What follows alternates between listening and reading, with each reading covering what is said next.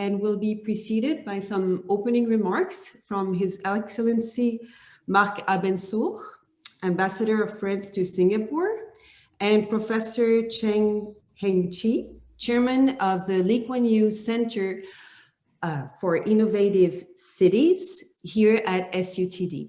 So without further ado, we can start the session. Thank you very much. Well, thank you very much, Professor Pierre-Michel Menger, Ambassador Cheng Heng-Chi, Professor Olivia Nicole, ladies and gentlemen. I am very pleased and honored to open this fifth session of France-Singapore Science and Innovation Lecture Series, which are co-organized by Collège de France, Singapore National Research Foundation, and the French Embassy in Singapore. Launched in 2019, this series consists of presentation from eminent professors from France and Singapore. And the purpose is also to facilitate cross-promotion of expertise and to identify new areas of collaboration. The inaugural lecture was given in 2019 by Professor Sansonetti, a worldwide renowned researcher in microbiology and infectious disease. And as you know, his work has been extremely valuable in the period that we are confronted with right now of the COVID pandemic. In January 2020, we had Professor Fischer, who also delivered a lecture. And since then, Professor Fischer has been in charge of the COVID vaccine task force in France. And during his lecture, he shared about curative approaches in gene therapy. We had, following Professor Fischer, a lecture by Professor Hugues de T in November last year, which focused on a mode of action of targeted leukemia therapies. And then Professor Lecuy last April about the role of biomechanical information in morphogenesis. So today we are particularly pleased to welcome Professor Menger. Your work is particularly relevant for France-Singapore partnership, which has a very strong focus on innovation. And I would say also in the challenging times that we are crossing, because it addresses talent management and how to promote international mobility despite the COVID. I would also mention that this lecture series is under the aegis of the France-Singapore Mixed Committee on Science and Innovation, which has been set up by DPM Heng Swee-Keat with the French Minister for Higher Education, Research and Innovation, Frédéric Vidal. It was set up in 2 years ago, in March 2019. And the aim of this joint committee is to develop shared strategic vision for our collaboration on science and innovation, and to identify, the key priorities so that we can launch new initiatives together. We are at the moment preparing for the second session of this joint committee, which will take place the 24th of June, with the participation of both ministers, DPM Heng Swee-Keat and Minister Vidal. And in this coming session, we will address mutual key priorities, such as circular economy, synthetic biology, agri-food tech, quantum technologies, and infectious disease. And I think it's a very important event because it does highlight the strong momentum on science and innovation between our two countries, despite the COVID-19. and the key research organizations in France, such as CNRS, CEA, INSERM, INRIA, ANR, CNES, also the Space Agency, will contribute, to this joint committee. So last but not least, let me also express my deep gratitude to Ambassador Chan Ronchi for her participation to today's lecture. Ambassador Chan is very familiar, with the France-Singapore partnership, and has been personally involved also in our collaboration on smart cities. And I wanted also to express my thanks, to SUTD for hosting this event. So let me then conclude and wishing you a very fruitful discussion. Thank you very much. Thank you, Ambassador Abensour, and good afternoon, Professor Menger, Pierre-Michel Menger, and Olivia Nicole, Professor Nicole. Good to meet you on the screen, although we are in the same university. Ambassador Abensour has highlighted many areas of cooperation between France and Singapore. Wearing my diplomatic hat, I would say that, I've been watching the relationship expand, in the economic field, in the defense field, in the cultural field. When I wore the hat as the National Arts Council chairman, I know that we did, an arts festival in France for bringing Singapore artists, the artistic community to France. So that was wonderful.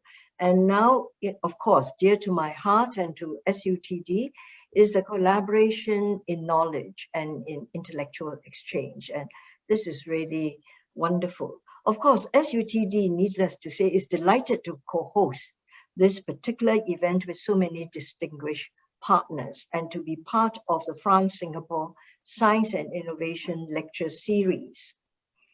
Let me say that we all recognize that today, science and innovation are the key determinants of the growth and success of economies and a nation's path to prosperity. But social scientists know they are necessary, but not sufficient conditions for the success trajectory. Very importantly, governance, and I talk of governance because I'm a political scientist, governance and the management of talent play an important role in the realization of that ambition. Every country in the world is in the hunt and competition for talent, keeping talent and nurturing talent. It is the East for the knowledge economy. We are delighted that Professor Pierre-Michel Menger, the very distinguished sociologist from France and chair of Sociology of Creative Work at the Collège de France, is joining us to speak on this very important topic. Now, Professor Menger's research focuses on creative work, and in 2014, Harvard University Press published his book on the economics of creativity. And his current research focuses on the global competition for talent, career and stratification in research and higher education, and meritocracy and its discontents. I hope all the university presidents in Singapore and provosts are listening to this. The topic today is skills, abilities, and talents, Gauss and Pareto at work. Very intriguing. We look forward to hearing from Professor Menger. The floor is yours. Thank you. So, Olivia, you say a few words, or I'm just now starting? Go ahead. Thank you very much. Start. Okay, thank you. So, thank you for your welcome, Mr. Ambassador. Thank you, dear Professor Chan and Professor Nicole, for introduction and for hosting this conference and this lecture in the series hosted by, co-organized by the Collège de France, SUTD, and the French Embassy at Singapore. I'm very glad to join you in the name of Collège de France, of course, and in my own name. My presentation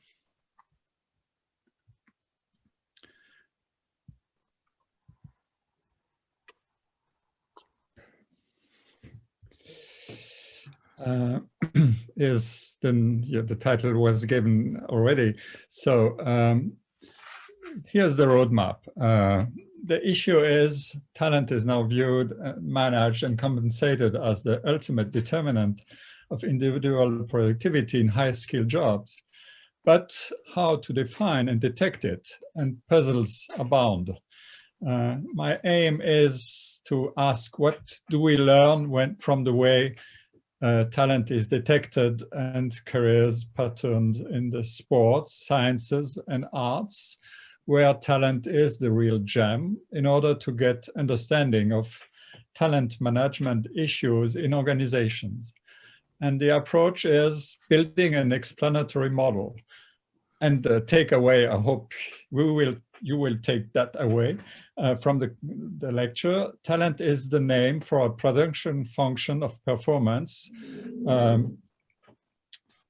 Taken one by one, the various factors involved in that production may be well distributed quite normally in a Gaussian way across individuals, yet due to interaction effects, the resulting individual difference may generate skewed Paretian distributions of achievement. So you have the two keywords, Gauss and Pareto.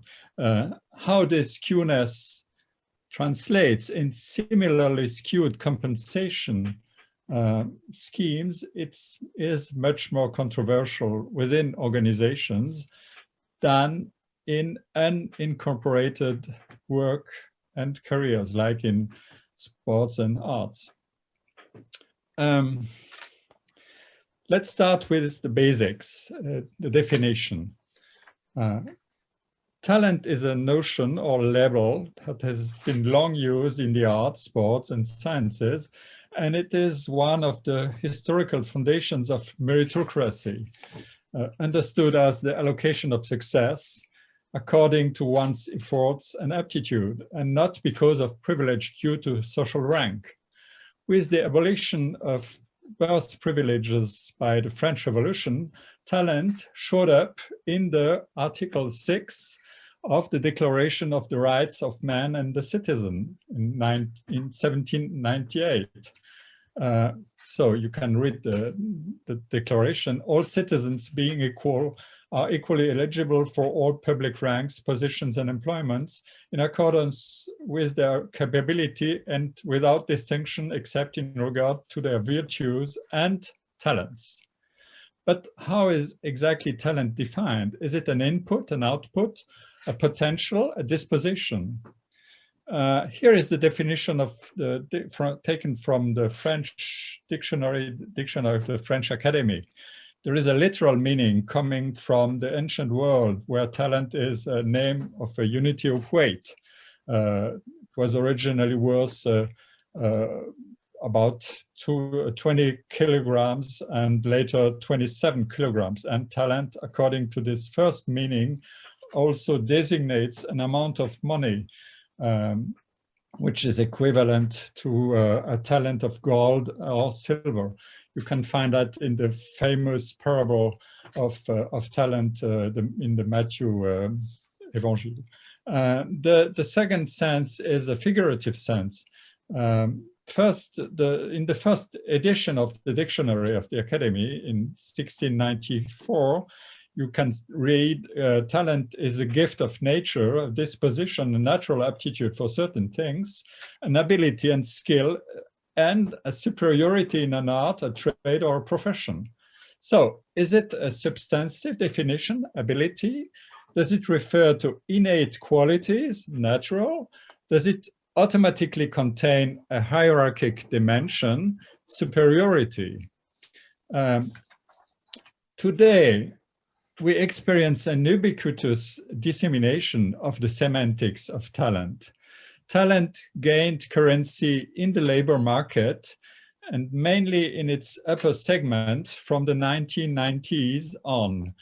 How to detect higher pay and retain CEOs and C-suite executives, and how to avoid having them poached by rival firms was the topic of a famous book I will come back to, called Untitled War for Talent, originally a McKinsey report in 1998.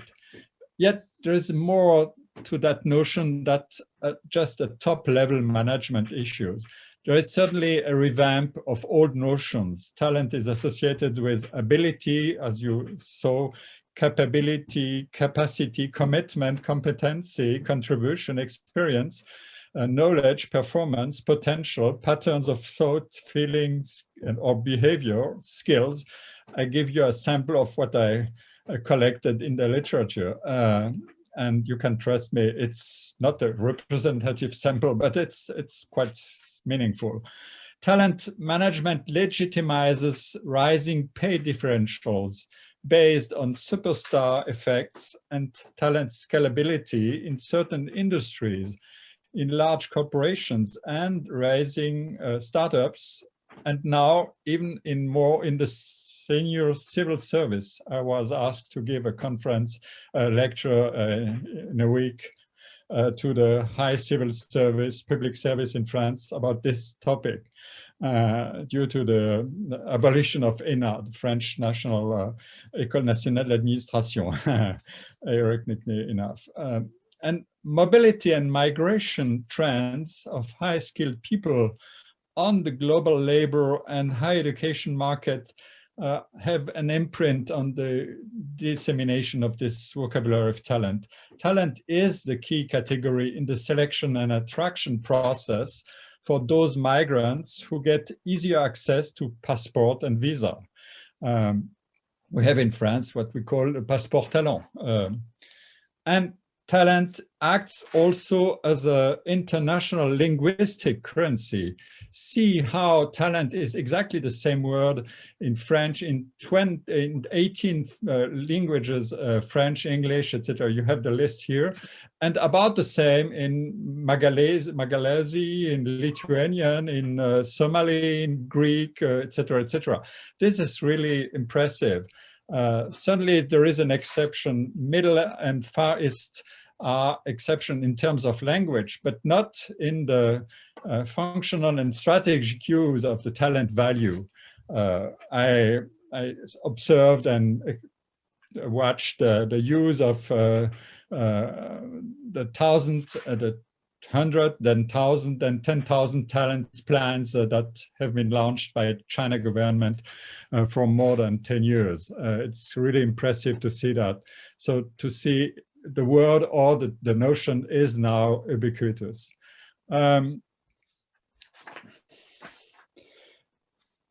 Talent gains in importance, as I mentioned. So the question is there a core definition of what talent means in firms and management? I give you here a brief presentation based on a Wikipedia page you can find easily of the book I just mentioned that did a lot to accelerate the adoption of the notion of talent by firms in the late 90s, The War for Talent, a book that was first McKinsey report. Note that the consulting firms stand at the forefront to popularize the notion of talent. As you can see here, talent is described as an asset that is more strategic than ever, but an asset that seems impossible to define. Talent is vague or ill-defined. It's really certainly an essential notion to describe and to categorize knowledge-intensive work and superiority at work in industries, knowledge-intensive industries. And the knowledge worker, the talented knowledge worker is a key competitive resource. But when it comes to definition, to define the talent, talent is never explicitly defined throughout the book. Even in the preface notes, at a certain part of talent elude description. You simply know it when you see it. You can see, however, that managerial talent is some combination of a sharp strategic mind, leadership ability, emotional maturity, communication skills, the ability to attract and inspire other talented people, entrepreneurial instincts, functional skills, and the ability to deliver results. That's much in the pot.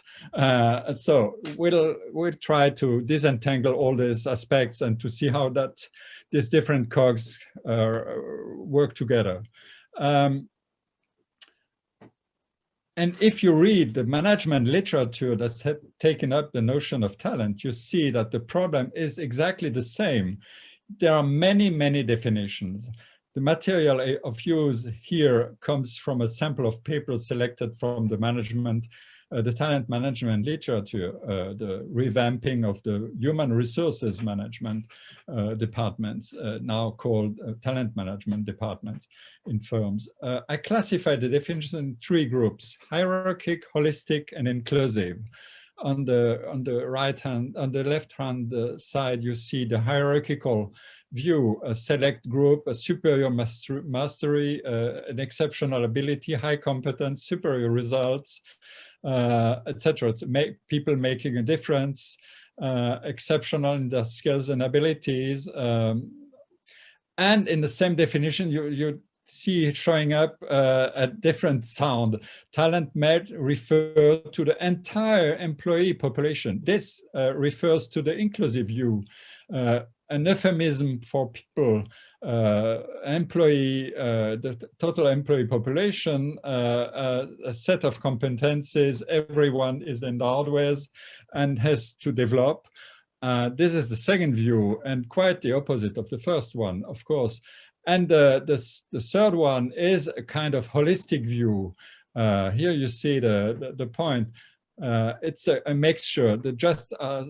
I mentioned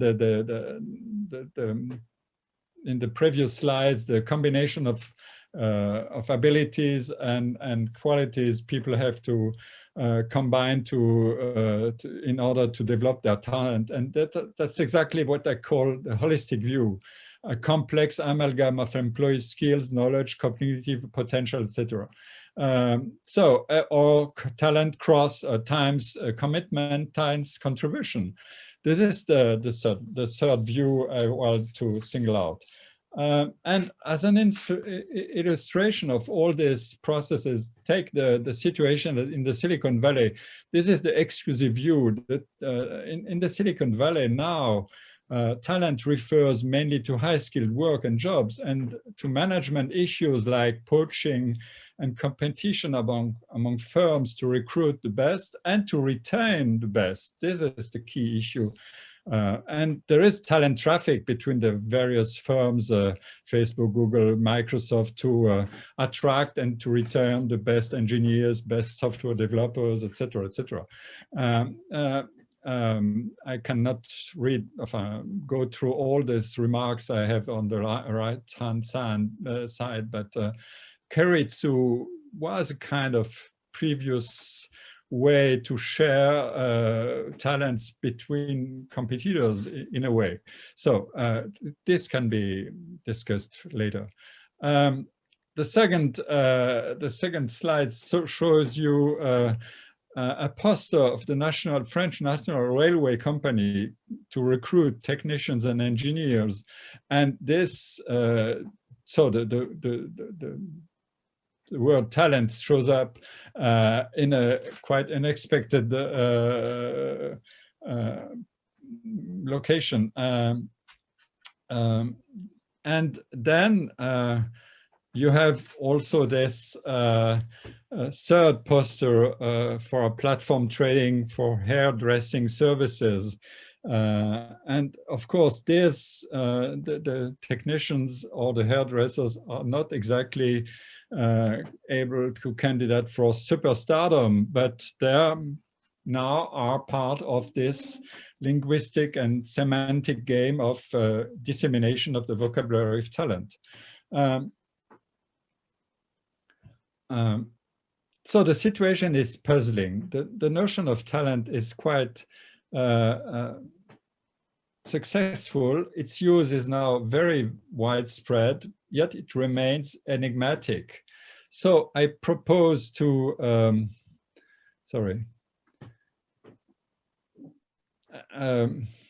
go back to my roadmap. I propose to examine how talent is defined or characterized in the three domains of sport, science, and arts, those domains that have pioneered the extensive use of the notion of talent. These sectors are expert at handling selection and development of talent and virtuoso in the pairing of multiple competition formats and multiple excellence formats of celebration. Furthermore, they are expert at converting inequalities of success into motives of admiration instead of envious comparison, at least from the consumer side. And finally, they are expert at overexploiting the professional and lay audiences' sensitivity to differences in quality in individuals and their achievements. The question that comes is, are those characteristics the ideal vector for the diffusion of the notion of talent towards the general labor market, firms, and organizations? Since I cannot examine these three domains, sports, arts, and science, in full detail, I will single out a set of characteristics in order to delineate what is at stake in the adoption of the notion by firms and their incorporated workers. So let's go to the case of talent in sport. Sport very often train people, very young people from a very early stage. Most of these youngsters see it only as a leisure activity. Some will engage in a more sustained practice and intensively compete with others to reach a higher level of training and performance. The following diagram describes the cascading on the right, the left-hand side, the cascading selection process. From each pool, you only those who are tested and evaluated as the best, the right part of the Gaussian curve, are retained to join a more selective pool of at least people with selective pool with individuals of at least the same potential. The selection is repeated in this way down to the pool of top professionals. On the right side, you have a selectivity statistic for different sports in the US in a calculation that amounts to comparing the size of the pool at the top left to this is the equivalent of the first pool on the left. You have it here or here, and then to compare it to the pool at the very bottom, and this is at the right, extreme right of the selection process.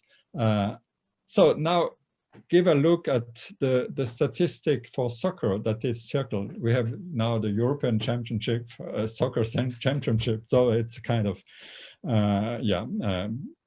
welcome to the competition in Europe now.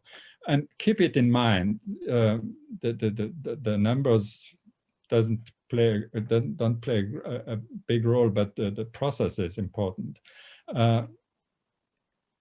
And here is a famous soccer player, Neymar, and here you get what the market value in the elite pool can be for the case of this soccer player, Neymar, whose transfer price paid by the Paris team, PSG,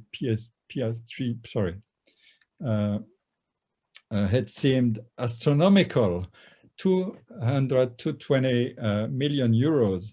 But this price was judged by the press to be quite normal or even undervalued, a kind of steal. Here you see a quote, a paper by the Independent at that time, given that what this player's arrival was going to generate in revenues for the club. Let's look at the cascading selection diagram again. There are two key issues, the issue of identification and the issue of development.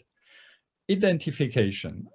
If the individuals in the right-hand pool at the bottom are those talents that are valuable to the sport business, to the spectators, and to the athletes themselves, was it possible to identify them from the first selection in the top left-hand pool? If we could give a deterministic equation of the chances of success, it would serve us not only to explain in retrospect the success of some, but also to predict the chances of success in advance. This is the argument for identifying factors that predict success, at least in the form of conditional necessity. If you are endowed with some this or that skill, you are maybe potentially a successful future sportsman or sportswoman. This argument is particularly put forward in the case of early manifestations of quality that seem to reveal an exceptional potential: cognitive and linguistic skills, motor skills, memory, or musical ear in music, or capacity for concentration. This is what we see in the stories of little musical prodigies, or it is the subject of all the research of giftedness and exceptional children. For two complementary reasons. We must give these children the best possible chances to express their talent and realize their potential, unless we lose potential geniuses or famous athletes, etc. And it is necessary to be able to intervene early enough to avoid that unfavorable social conditions hinder the development of such talents. Here we see the motifs of the innate and acquired abilities surfacing. All this gives rise to an immense literature and also to an immense scientific and ideological controversy about the respective roles of innate and acquired characteristics and about the dynamics of their interactions. Those who emphasize acquired characteristics will insist on the totally socially constructed character of talent and talent value. All one needs to move up to the elite sports, to the elite in a sport or an art, is intensive practice for years. The so-called deliberate practice stands and factor of success. Conversely, strict biological determinism may play a role in defining the necessary conditions at the outset. It paves the way to a business of genetic testing, supposedly helping people to find out what type of exercises and sports they are genetically built for. I cannot go further down inside this topic, but it's really amazing to see how this business is flourishing now. But individuals also develop as they move from one pool to the next, being selected or deselected.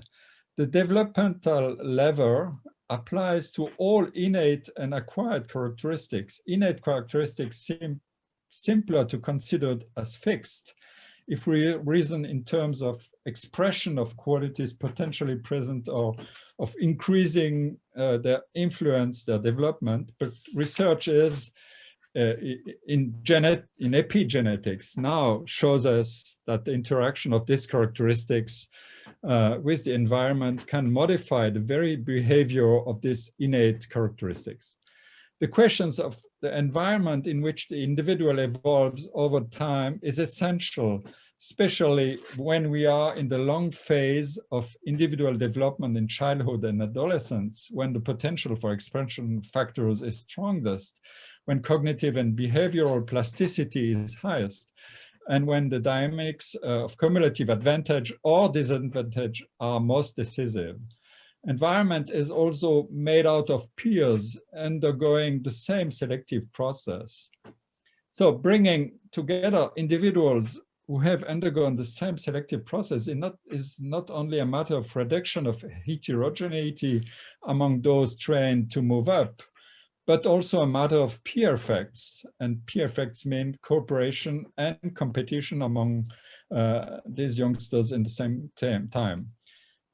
To make the reasonable hypothesis of the interaction between biological characteristics and socio-environmental characteristics rises again the issue of what exactly talent is. Here I quote a recent review paper that tackles the issue of definition in sports.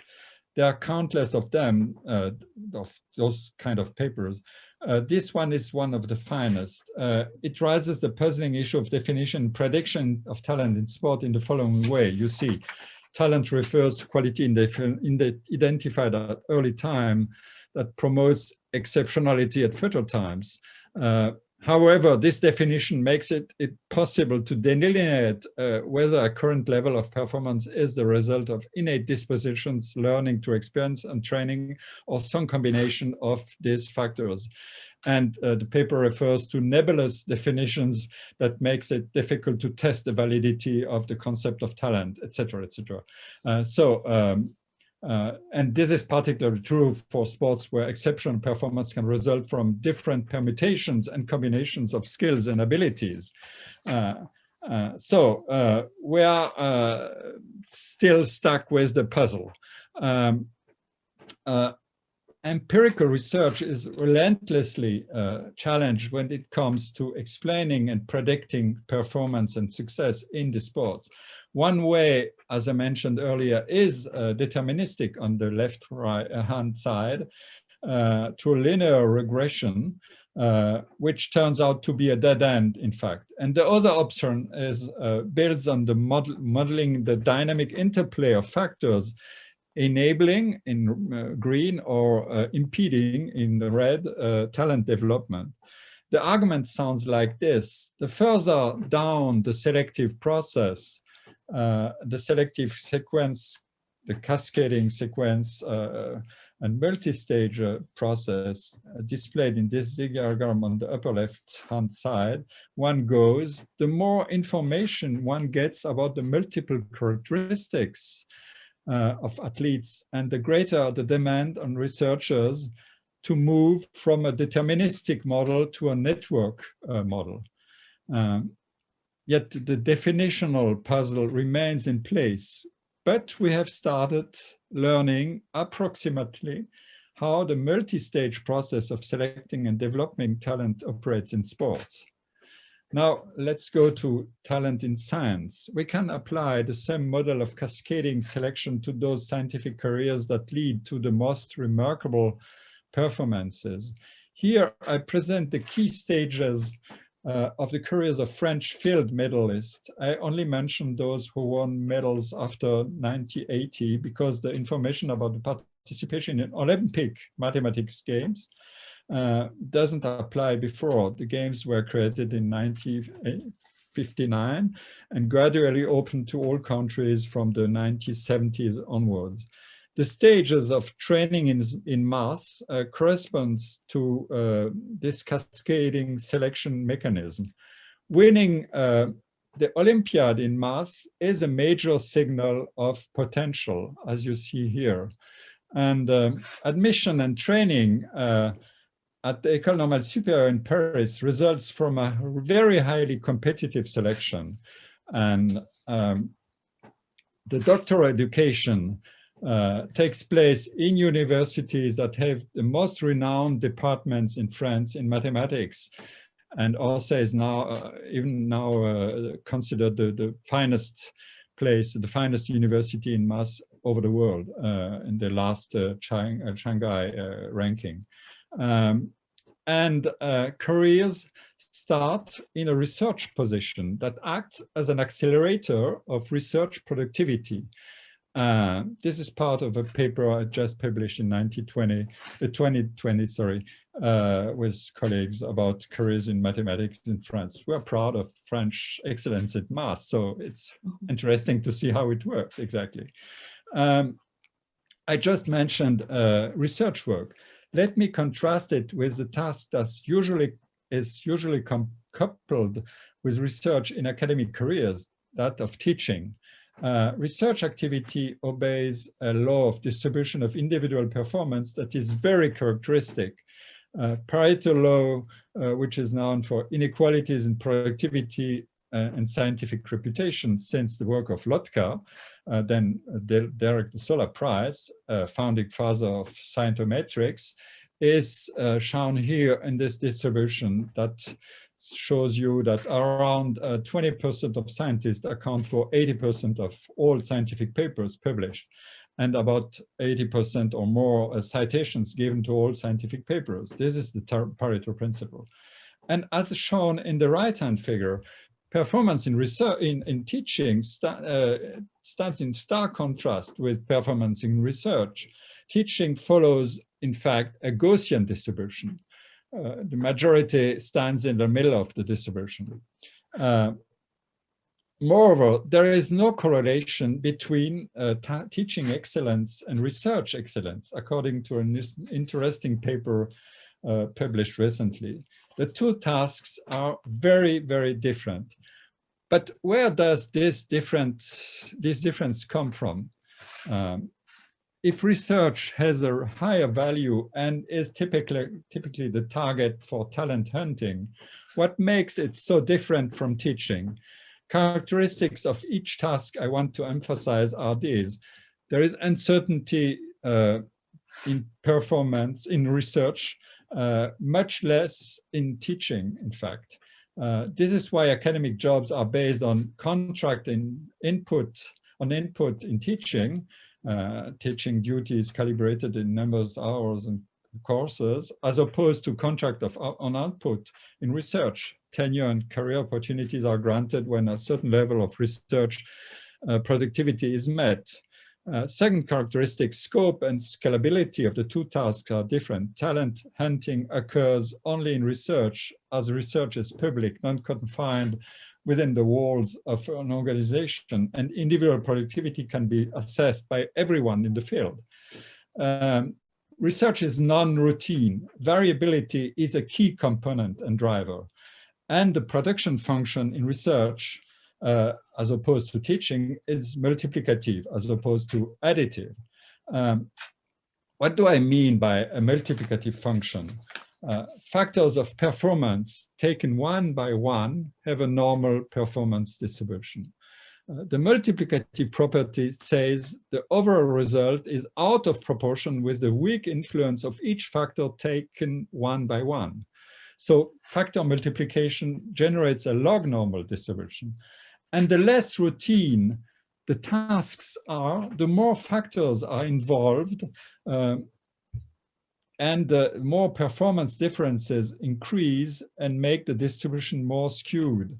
See here how sports, to quote it again, is described. Sport, after a paper by Walsh, sport is unique. Like chess, requires complex decision-making, patterns of recognition, performance under pressure, and regularly requires the execution of skills while an opponent is actively working to resist the execution. Like in music, it requires the successful demonstration of highly complex motor skills, but also typically executing movements while moving in an environment that is, to varying degrees, dynamic and unpredictable.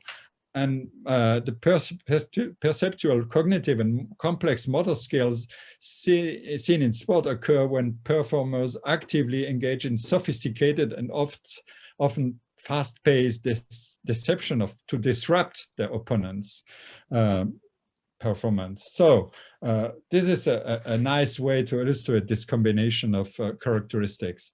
A second illustrations come from the way we can ask why, how productivity in research can be achieved.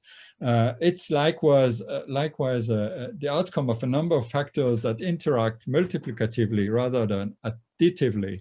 Here I quote a famous paper by Nobel Prize William Shockley, the inventor of the transistor, and he mentions in lists the different abilities you have to master in order to publish a lot. Ability to find a good problem, to explore it, to recognize a fertile result when it appears, to know how to stop and how to write the best way the results, to write the article well, to learn from criticism, to determination to submit the paper to scientific journals, perseverance to make changes, the ability to manage a team, etc., to set up efficient networks of cooperation, raise funds, etc. And again, there is a log normal distribution resulting from the interaction of all these factors who one by one are distributed normally. And here you see again that the less routine the task is, the greater the number of factors involved are.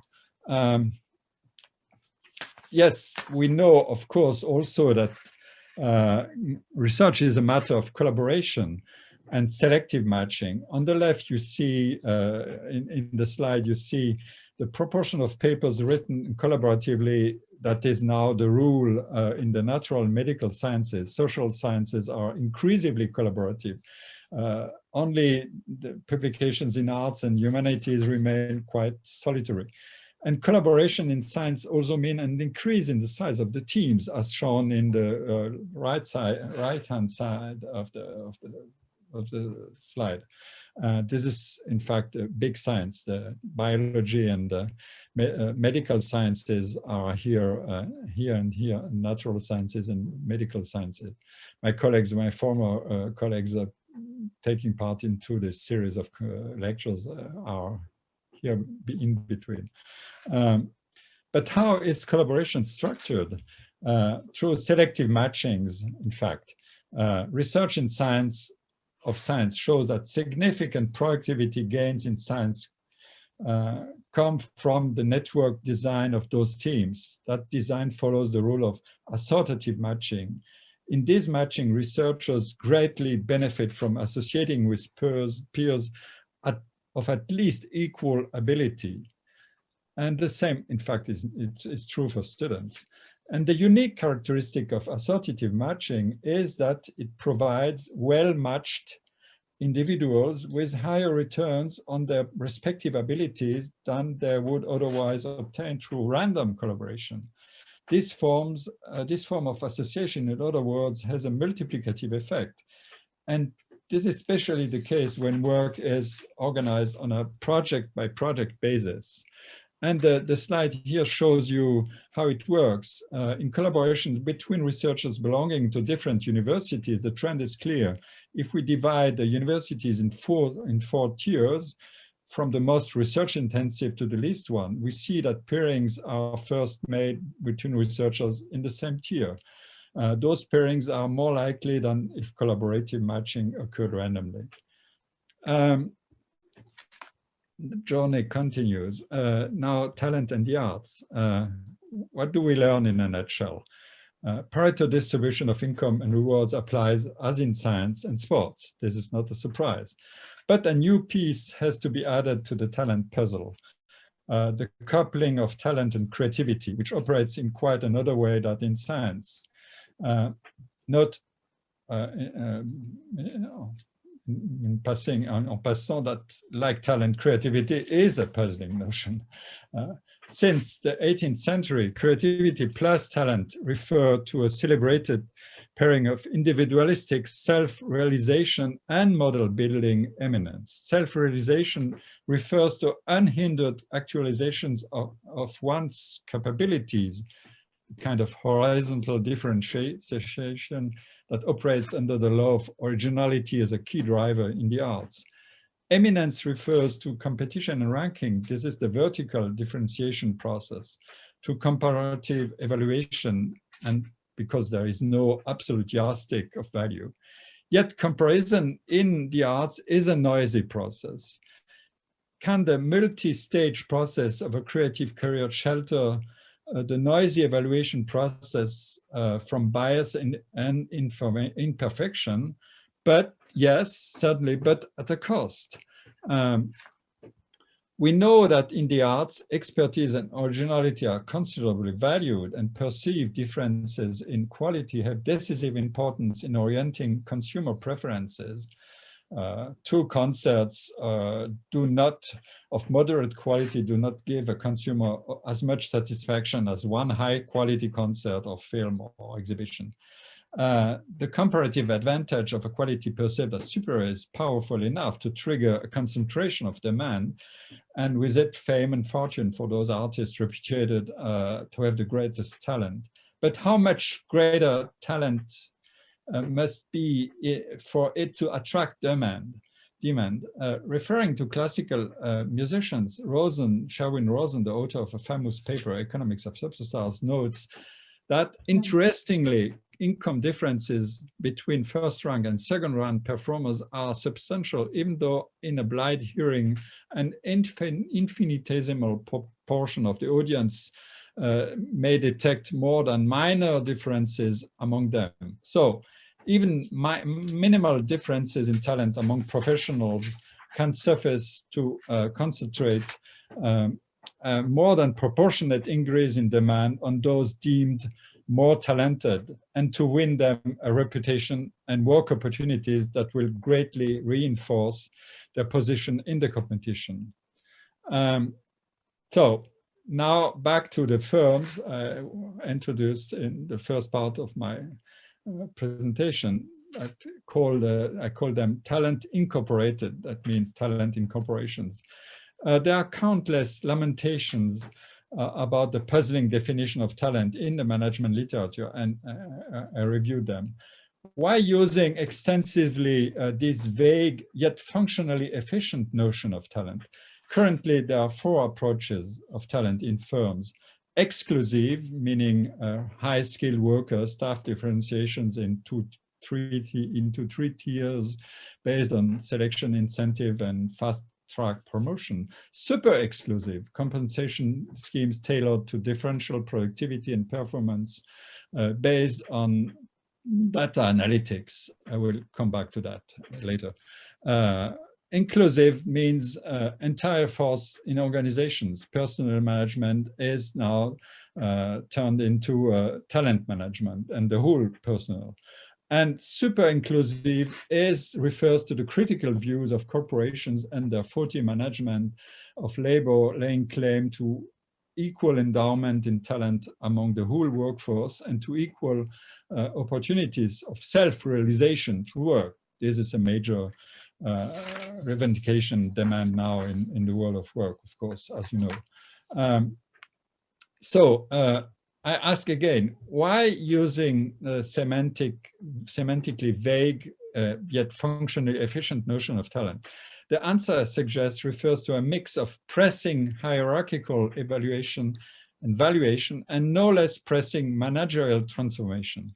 As for the exclusive view of and super exclusive views of personnel management, facts are easy to list.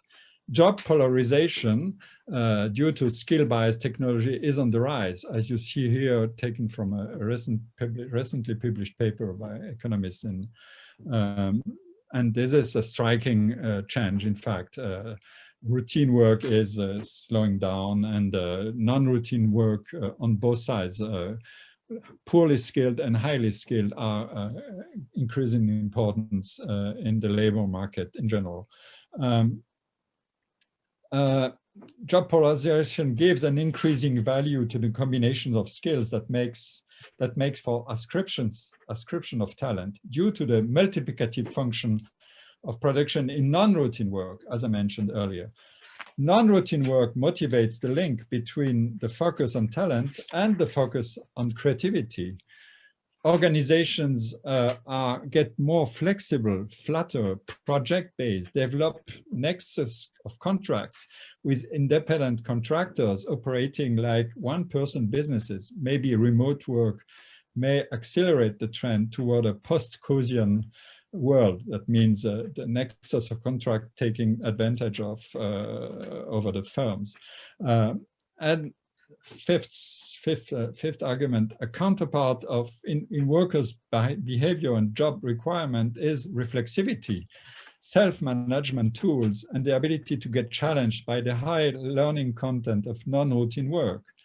6, trend is in individualized work settings on the one hand, and selective matching design in hirings and team building on the other hand, complement each other. And 7, that coupling takes advantage of the economics of agglomeration. In fact, talent develops faster in thick labor markets populated with skilled people, and of global mobility of high-skilled workers.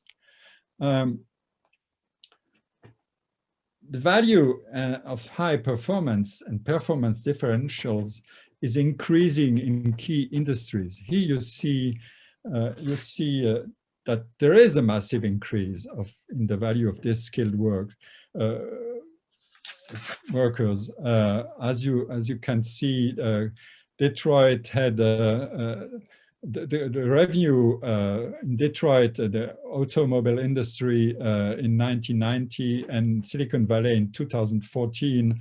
The revenue is about the same, but the number of employees is 10 times lower, and the market capitalization is about 30 times higher. This is striking, in fact. There is a Paretian scheme of compensation now surfacing, and here I quote the former senior vice president of people operations at Google, the quotation is quite explicit. If one person is 3 or 5 times better than another one, he can be awarded a 3 times or 5 times higher compensation, and this can jump to much higher salaries and compensation. And this is kind of applying the Paretian rule of performance to the Paretian scheme of compensation. But compensation is also increasingly multi-layered. This is a figure showing you the 0.1% of the top incomes, but the multi-layered compensation scheme now in these tech industries is generalizing for talents to get attracted, developed, and retained, and dismissed, in fact. To support the inclusive and super inclusive approach of personnel management, the key drivers are a larger pool of graduates available in the labor market.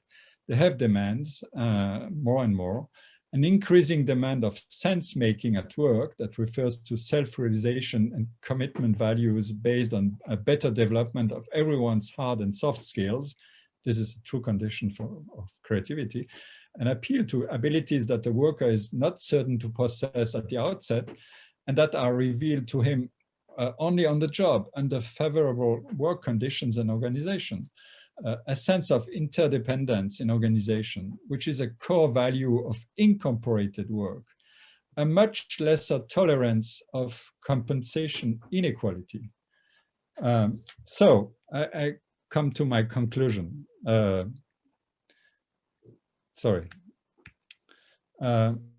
have tried to open the black box of talent by examining what we can learn from sports, science, and the arts that have been key areas of talent identification, development, and compensation for centuries.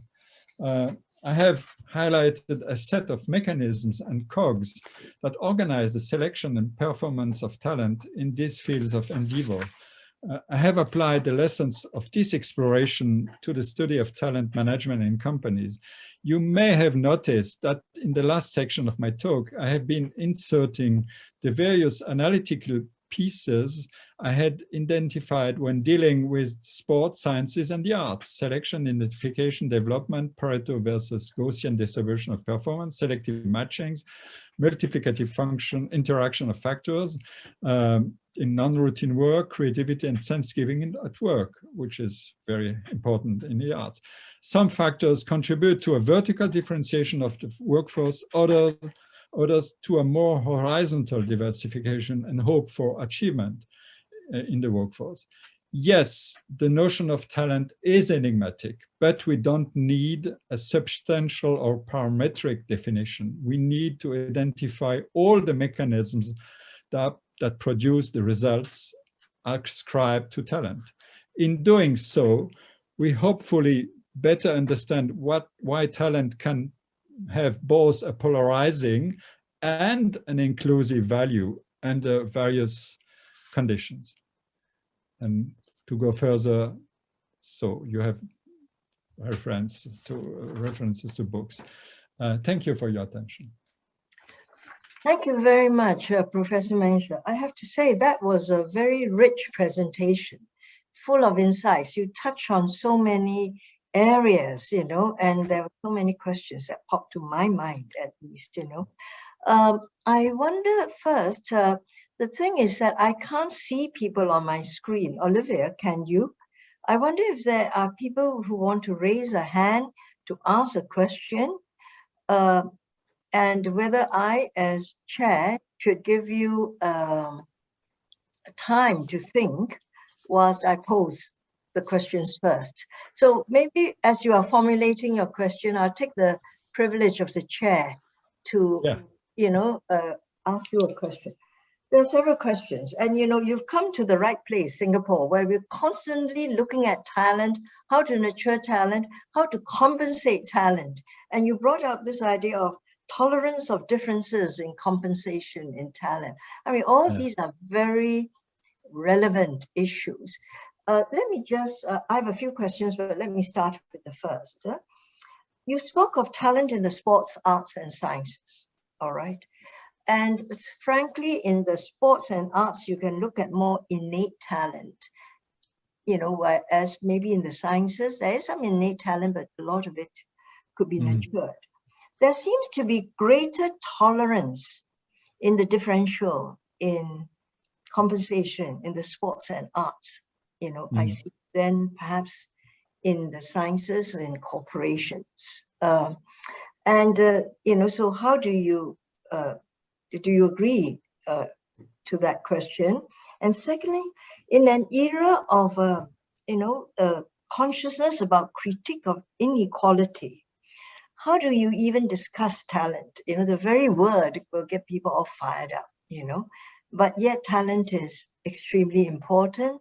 Nurturing talent is a necessity, but, you know, people feel it's a very elitist notion.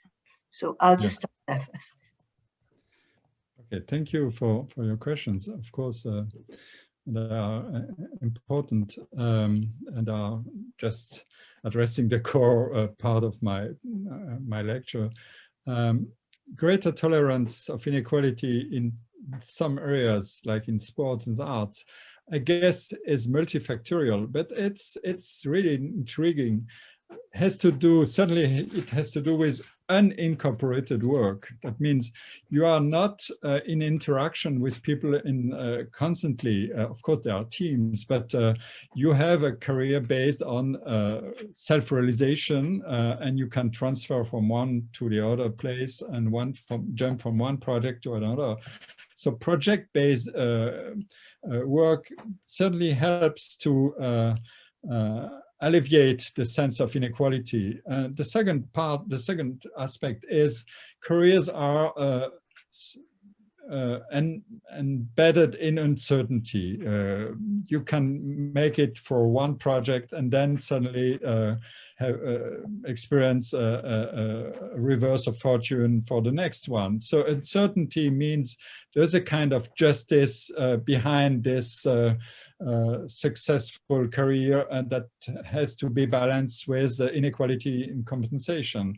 And there is no warranty that you can have a successful career over the long term. And this is also a factor. I don't know if the kind of innate characteristics you mentioned can play a third role. I guess I wanted to underline the interaction of innate and acquired characteristics, because it's a major issue. Of course, when you see prodigies, you can ask, oh, how are the sons or daughters of a natural gift, and the Dame Nature has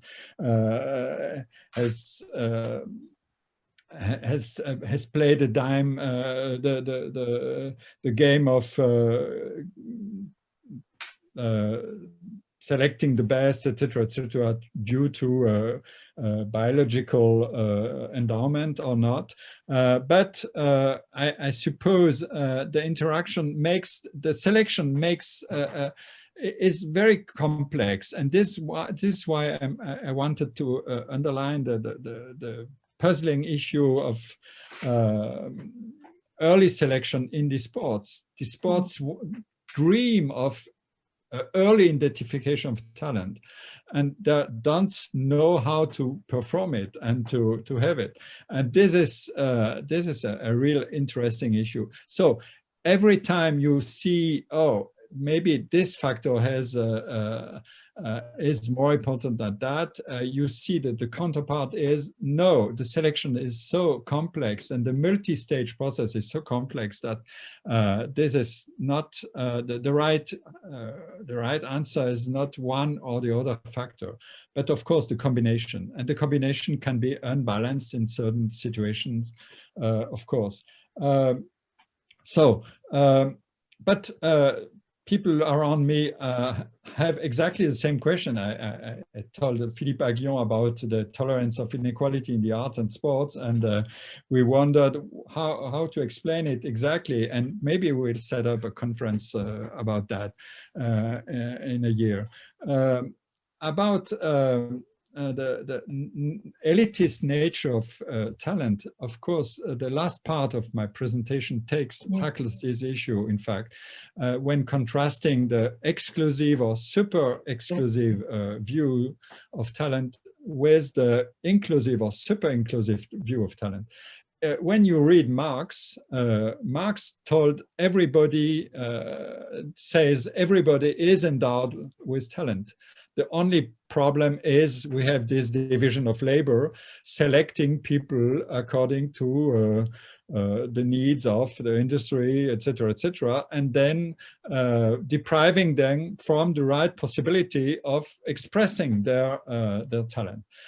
So in a better world, that means a world without competition, without division of labor, and with an unlimited abundance of resources, we could express ourselves totally freely and make the best out of our talents. So this is the super inclusive view, but it can be related to the to what people now more and more ask when working. That means sense making, providing sense to your work, having a feeling of self-realization. Of course, it cannot apply to low-skilled work and very demanding work, physically demanding work, in a way. But it's not only a matter of the top elite of workers. It's disseminating now. This is why the puzzling dissemination of the notion of talent applies also to this. Talent equal work means the whole workforce. What does it mean exactly to tell people the whole personal talents? We have our organization is made out. Our organization is made out of talents, and everybody is a talent. You listen, you hear that constantly over the world, and this is so. There is a kind of battlefield and competition between the inclusive and the exclusive views of talent. Yes, and yes. The final word in my conclusion means that there is no way to reconcile these views. They are contradictory, they are opposing, definitely, and of course, because they are referred to things that are partly different and partly similar. Thank you. Now, Professor Menger, I assure you I'm still here. For some reason, the camera is shut off and you can't see my face. Second time it's happened. I really do apologize deeply. Are there other questions? from the audience? Yes, there is a question from Yang Hui, who's asking the following. Compensation inequality in sports and business have been increasing, and some might say exponentially. Are there changes in the way talent is understood in these domains? Historically, over time. Yeah, this brings us to the interaction between individuals and their organizations, their environmental organizations. Of course, when we are now on a global labor market with migrants, high-skilled migrants, very mobile or potentially very mobile on the able to flow into different labor markets over the world, you see that the increase is partly determined by this global competition. You can see that perfectly well in the academic labor market. And there is now a talent hunting or a one-person hunting for in the sciences, which is really impressive. In Europe, Switzerland leads the game, and you can document that quite precisely, and Israel leads the game too. I cannot refer to that extensively, but there is a lot of information and literature about that now. And the academic labor market is a perfect example because information is available to all the stakeholders. So it's easy to measure performance and to try to attract people. That is an essential condition for the dissemination of the notion of talent, kind of measurability of performance and the dissemination and the availability of information. And the third factor is certainly that talent is more valued in certain industries where innovation takes a real huge influence. So it was the case for finance industry in the 1990s, and now it's typically the case for digital high-tech industries where there is constantly what we call a shortage of talent. So you see the irony of the situation. There have never been so many graduate on the labor market, graduate students on the labor market entering the labor market, and there is now constantly a sense of shortage of talent. That means shortage of the best people. So you have this constant struggle between the we need people who are skilled, but we need also people who are more than skilled. You are greater than your diploma that you're and this is fascinating, in fact. Okay, another question. So we have a question here from our colleague Alvin Lim from SMU, who's saying, thank you very much for a very stimulating talk. The winner-take-all market for talent has resulted in a distortion of allocation in the labor market, where many are chasing only a few coveted positions. In the meantime, their talent could have contributed to other fields. Is this a problem that you have encountered in your work? Yeah, that's a good question too. In fact, when I studied the arts, in the arts, you wonder why people experiencing a lifetime career which is not exactly as rewarding as they expected, why these people should not leave the field and enter another occupation. And there is a low barrier at the entry of a field like the arts, because not all artists are trained in the arts, for example, novelists, etc., etc. Some of them are from the very early stage, like in classical music, but not all of them, especially not the superstars in pop music, etc., etc.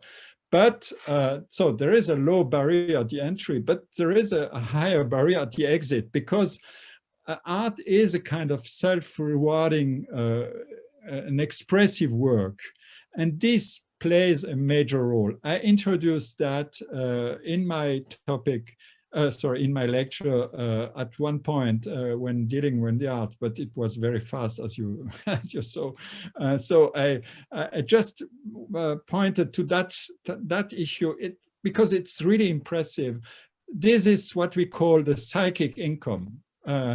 Income in the arts, especially, and in other non-routine activities, is made out of monetary and non-monetary or psychic income. This is one possible answer to your question. Olivia, it's we have gone beyond time. Should we continue? I do have one burning point that I wanted to make, and if the audience would indulge me, it has to do with the concept of celebrity.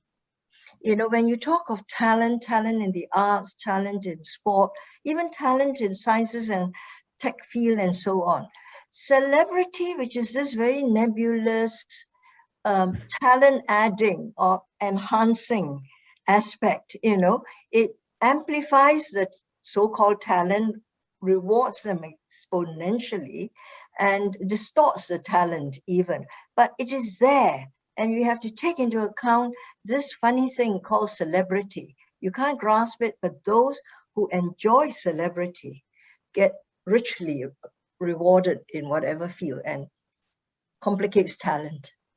Yeah, right. Excellent questions too. Question two. Celebrity is part of the business of fame, of course. Business of fame is typically a level of magnification of differences that are at the outset maybe minimal. This is what I wanted to point out when quoting Sherwin Rosen. Maybe two pianists are not that different when performing the third sonata of Chopin, but some people in the audience remark that one is slightly better, but we cannot exactly measure that difference. But from that difference, from this perception of maybe minimal or not that minimal, but indeterminate in cardinal terms, in quantifiable terms, from that difference, you take a huge process of exploitation and magnification of difference. And of course, this magnification process is accelerated by many tools, like today the social media and the industry in the creative arts, but also in science and in the organization. There are always two levels. One level is exploration for new talents, and the second level is exploitation of those talents who have been selected and can be